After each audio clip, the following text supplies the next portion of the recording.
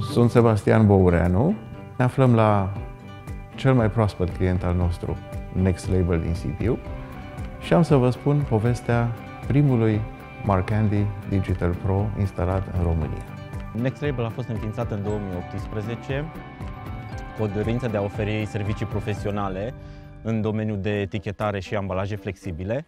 Alegerea utilajului de la Marcandi am făcut-o în baza mai multor studii de piață.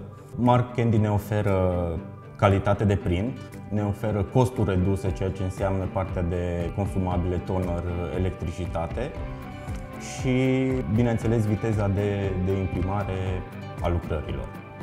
Această mașină, modelul Marcandi Digital Pro 3, este o mașină de tipărit digitală, în esență, dar de fapt este o mașină hibrid. Ea combină principiul de tipar digital, cel mai modern, cu principiile clasice de tipar flexografic. Capabilități de lăcuire UV, laminare UV, aplicare de folio, tot UV, desigur, urmat de ștanțare rotativă, tăiere longitudinală pentru debitare în role individuale, urmat de rebobinare duală pentru produsul finit. Utilajul Marcandi ne-a ajutat să ne axăm pe clienți pe care până acum nu aveam accesibilitate la ei.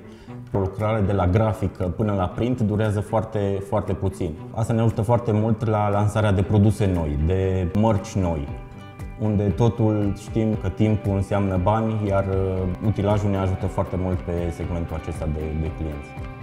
Echipamentul Marcandi ne-a ajutat să accesăm o piață mult mai largă în ceea ce privește piața de etichete și să accesăm clienți care până acum nu am putut să le oferim serviciile pe care le deținem.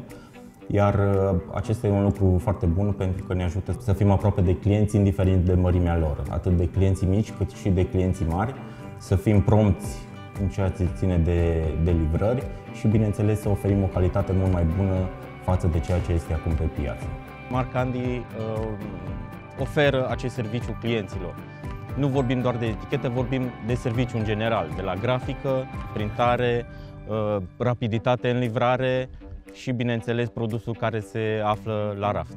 Salutare! Suntem Microbereria Mustață, un producător de bere local din Brașov. Ne place foarte mult să lucrăm cu furnizori locali. Unul din ei este Next Label.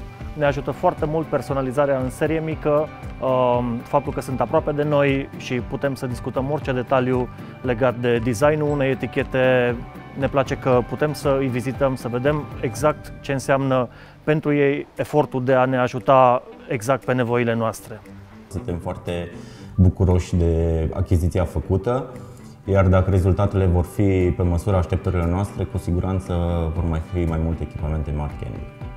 Vedeți, mașina aceasta este rezultatul combinării unui sistem de tipar digital cu experiența de peste 60 de ani a unui producător de top de mașini flexografice.